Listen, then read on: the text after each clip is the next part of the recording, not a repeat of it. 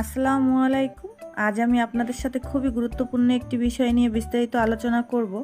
আজকে আমি আপনাদের সাথে আলোচনা করব ভাত খাওয়ার পরে যা করলে ভয়ঙ্কর ক্ষতি হতে পারে। তাই জানতে হলে ভিডিওটি পুরো দেখুন। আশা করি আমার ভিডিওটি আপনাদের কাছে ভালোই লাগবে।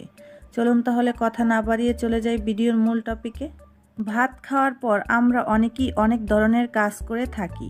এর মধ্যে কিছু কিছু কাজ আমাদের শরীরের জন্য ভয়ঙ্কর ক্ষতির কারণ হয়ে দাঁড়ায়।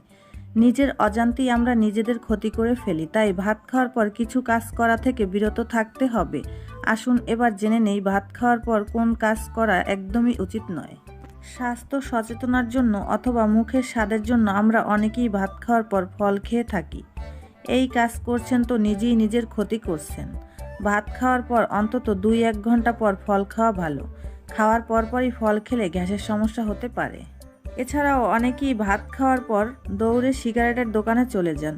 কেউ বা ঘরে বসেই সিগারেট খাওয়া শুরু করেন। আপনি হয়তো জানেন না, খাওয়ার পর সিগারেট খাওয়া সবচেয়ে ক্ষতিকর। এতে 10 গুণ ক্ষতি বেশি হয়।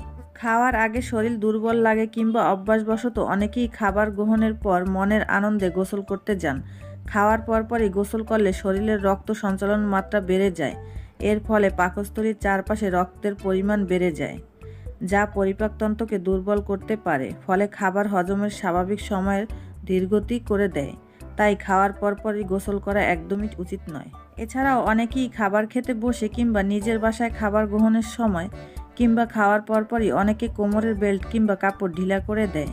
এটাও কিন্তু একদম ঠিক নয়, কারণ কোমরের বেল্ট বা কাপড় ঢিলা করে খুব সহজেই ইনস্ট্যান্ট পাকস্থলী থেকে রেকটাম মলদ্বার পর্যন্ত খাদ্যনালীর মীমাংসা ভেঙে যেতে পারে বা পেঁচিয়ে যেতে পারে বা বোলক হয়ে যেতে পারে।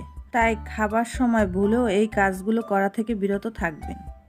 এছাড়াও খাবার পরপরই ব্যায়াম করলেও শরীরে নানা রকম সমস্যা দেখা দিতে পারে। তাই খাওয়ার পরপরই ব্যায়াম করবেন না।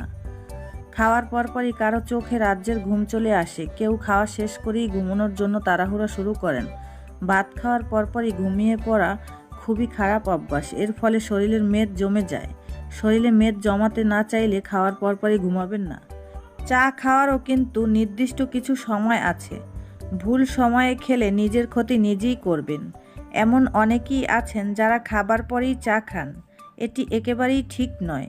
চায়ের ট্যানিক অ্যাসিড খাদ্যের প্রোটিনকে 100 গুণ বাড়িয়ে তোলে। তাই একটু অপেক্ষার পর চা খাওয়া উচিত। আমাদের সমাজে এমনও লোক আছে যারা খাবার পরপরই হাঁটা শুরু করে দেন।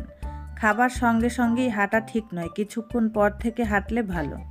তো আমার ভিডিওটি এতটুকুই। আশা করি আমার ভিডিওটি দেখে একটু হলেও উপকৃত হবেন।